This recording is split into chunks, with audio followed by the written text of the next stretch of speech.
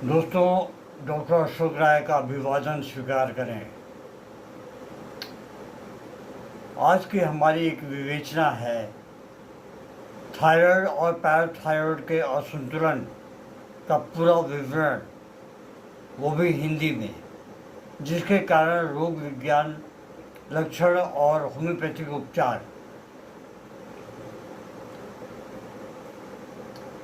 जिसमें हम नोट्स और सर्किट्स को भी शामिल किए हैं।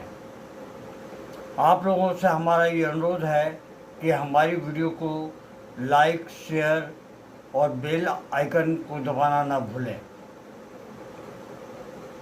और इसे आप अपने ज्ञान के लिए बार बार देखें। किसी भी डॉक्टर की होम्योपैथिक चैनल को आप आधा अधूरा छोड़ के नहीं जाएं। कृपया उसे पूर्ण रूप से देखें और बढ़िया तरीके से देखें। हम चाहते हैं कि होम्योपैथी का विस्तार हो, लोग जानें, क्योंकि ये दवाइयाँ नुकसान नहीं करती हैं, आपको फ़ायदा ही करती हैं,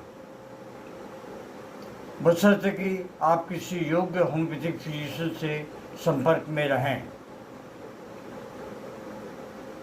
थायराइड और पैराथायराइड का असंतुलन। थायराइड और पैराथायराइड का असंतुलन के बारे में हम बात करेंगे कि क्या है।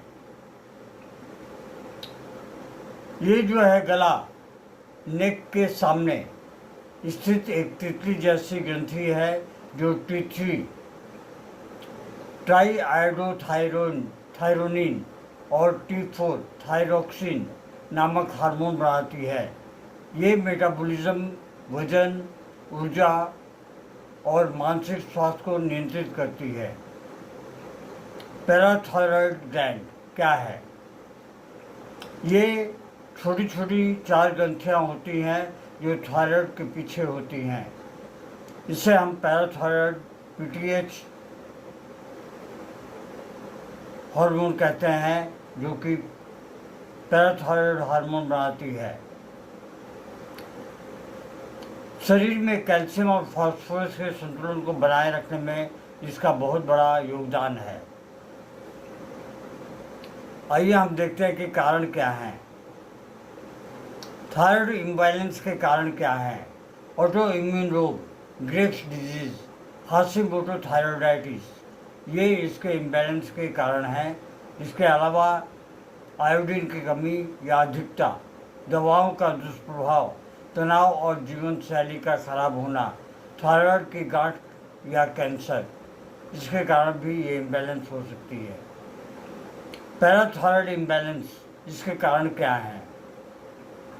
पैराथायराइड इम्बैलेंस का कारण पैराथायराइड ट्यूमर, एडिनोमा, किडनी की बीमारी या फिर विटामिन D की कमी, नेक सर्जरी के बाद डैमेज। तो दोस्तों, ये थे इसके कारण। आइए हम देखते हैं कि इसकी रोग विज्ञान क्या है, पैथोफिजियोलॉजी क्या है। हाइपोथायरॉयडिज्म, थायराइड की कमी, T3 T4 का स्तर घट जाता है, जिससे मेटाबॉलिज्म धीमा हो जाता है। TSH थायराइड स्टिमुलेटिंग हार्मोन बढ़ जाता है, क्योंकि पिट्यूटरी थायराइड को ज़्यादा काम करने का संकेत देती है। हाइपरथायरॉयडिज्म, थायराइड की अधिकता, T3 T4 का स्तर का बढ़ जाना, जिससे मेटाबॉलिज्म तेज हो जाती है। TSH का स्तर वो कम हो जाता है। हाइपरथायरॉयडिज्म, PTH का स्तर का बढ़ जाना, रक्त में कैल्शियम बढ़ जाता है। हाइपर कैल्सीमिया, हड्डियां कमज़ोर हो जाती हैं। हाइपोथायरॉयडिज्म, PTH की कमी, रक्त में कैल्शियम घटता है, मांसपेशियों में ऐंठन और तंत्रिका समस्याएं उत्पन्न हो जाती हैं। लक्षण क्या हैं इसके? आइए हम इस बारे में आगे बढ़ते हैं और जानते हैं।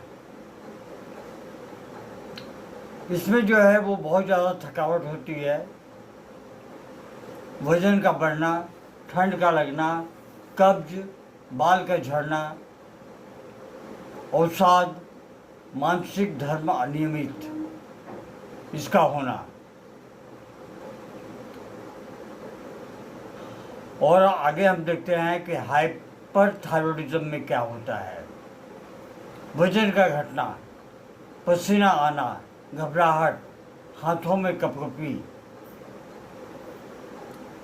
धड़कन जो है, दिल की धड़कन पल्पिटेशन वो तेज हो जाती है, आंखों में सूजन आ जाती है, जिसे अंग्रेजी में हम ग्रेव्स डिजीज कहते हैं।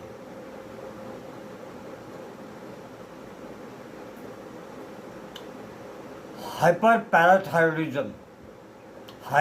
पैराथायरॉयडिज्म हड्डियों में दर्द, किडनी स्टोन, बार बार पेशाब का होना, थकावट होना या फिर उलझन बने रहना। हाइपोपैराथायरॉयडिज्म मांसपेशियों में ऐंठन, हाथ पैर का सुन्न होना, चक्कर आना, मानसिक भ्रम, ये हाइपोपैराथायरॉयडिज्म के लक्षण हैं। आइए हम देखते हैं कि चिकित्सा पद्धति क्या है, होम्योपैथिक दवाइयाँ क्या हैं। थायरोडिनम पहली दवा, ये दवा जो है हाइपोथायरॉयडिज्म के लिए बहुत ही उपयोगी है। इसमें थकावट, मोटापा, ठंड से संवेदनशीलता ये सब रहती है। इसे लोअर पोटेंसी में लें, 30 में लें, हो सके तो 12 में लें, या 6 में मिल पाए तो 6 में लें, और 2 बूंद सुबह, दोपहर, शाम और रात, दिन में 4 बार लेते रहें। पैराथायरॉयडिनम, ये दवा हर जगह नहीं मिलती, बहुत रिप्यूटेड मैन्युफैक्चरर ही इसे बनाते हैं। यह जो है हड्डी संबंधी समस्याओं में बहुत कारगर सिद्ध होती है। हाइपो या हाइपर पैराथायरॉयडिज्म के लक्षणों में सहायक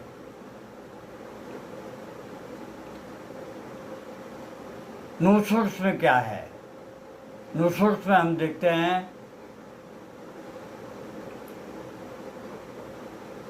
इसमें जो है पहली दवा जो है ट्यूबरकुलिनम, बार बार थायराइड की सूजन या संक्रमण, थकावट और वंशानुगत कमजोरी में थायरोडिनम औषधि बहुत ही कारगर सिद्ध होती है।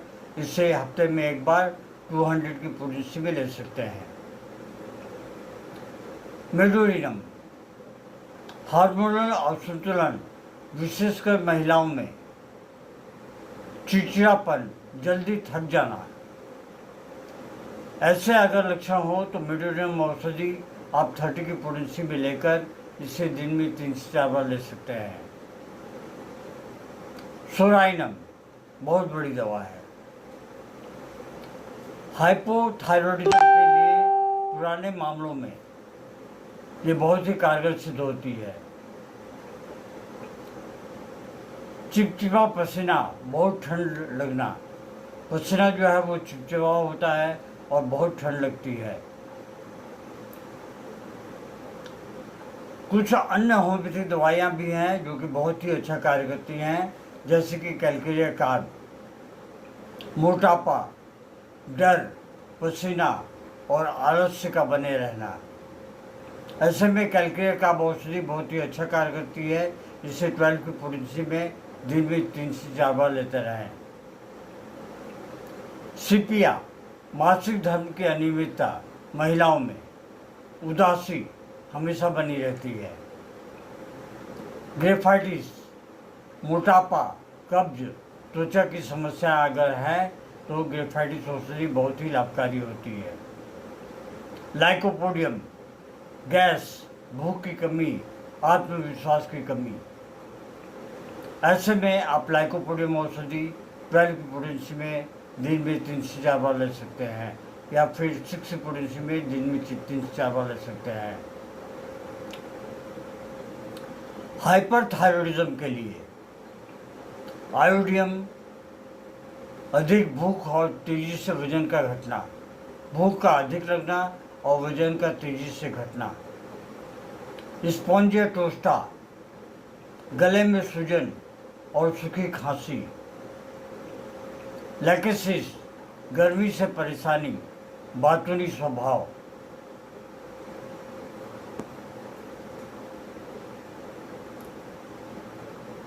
नैट्रम्यूर, गुस्सा, अकेलापन और चुपचाप रहना चाहता है। या ये कहें कि चुप्पापन, उसके अंदर में ये भर भर के रहती है। पैराथायरॉयडिज्म इश्यू के लिए, इसके लिए जो सबसे बड़ी दवा है वो है कैल्केरिया फॉस, कमज़ोर हड्डियाँ और विकास का रुक जाना। साइलिसिया, कैल्शियम का अवशेष और बेहतर करने के लिए साइलिसिया औषधि बहुत ही कारगर है। इसे आप हफ्ते में 1 बार लेते रहें as a supporting medicine. Phosphorus, हड्डियों की कमजोरी और थकावट के लिए। आप लोगों से हम एक चीज़ बताना चाहते हैं कि हमारी ये वीडियो सिर्फ अवेयरनेस के लिए है, जानकारी के लिए है। अगर आप लोगों को ऐसी कोई तकलीफ़ है तो आप अपने शहर के नज़दीकी होम्योपैथिक डॉक्टर से संपर्क करें और उनसे जाकर मिलें और उनसे सलाह मशवरा करके उनकी दी हुई दवाइयों का सेवन करें और इसे जानें। उनसे पूछ भी सकते हैं कि आप मुझे क्या दे रहे हैं। आप देख भी सकते हैं कि आप कितने ठीक हैं और कितने बेठीक हैं।